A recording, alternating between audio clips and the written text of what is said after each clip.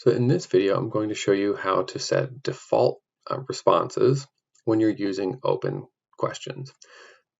One thing that's really nice about this is sometimes we use open questions because we need to let the respondents input text or something like that. But sometimes it's kind of standard. Like in this case, you can see I'm asking for a first name, last name, and email. And in some cases, I already might know that.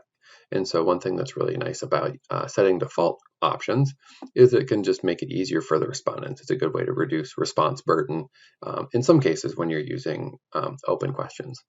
So here, what I want to do is I want to make it so that when someone sees this survey, instead of them having to type their name in here, it just includes their name here from the contact list. But then, that way the respondent can change it. So if they want to go by a diminutive or prefer just to go by another name, they can change it. But by default, it will just show up as the name that's on the contact list. So here's what I'm going to do.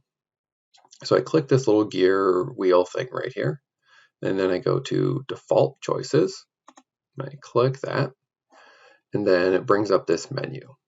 And so here is where I can, click this drop-down menu, and then you'll see it brings up a bunch of different options of ways to pipe something into this answer box. So in this case, what I want to do is pull their first name, and the first name comes from the contact list, which means that it is an embedded data field. So I just hover right here, and then scroll across, click this drop-down. And then I'm just going to select this option right here, which says recipient first name. And then I just click insert. And then you'll see it comes up with the code, and that's going to be replaced by the respondent's first name from the contact list when they actually see it. Then I need to click save so that holds. And then I can do the same thing again for number 2, where we're asking for a last name. So I'm just going to quickly do this. Go to embedded data field. Recipient last name, insert, save.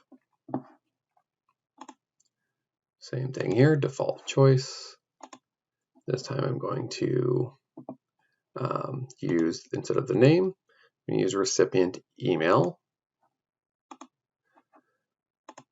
And so this way, by default, when someone fills this out, it will see the first name, last name, and email address from the contact list, which they can use and just click submit.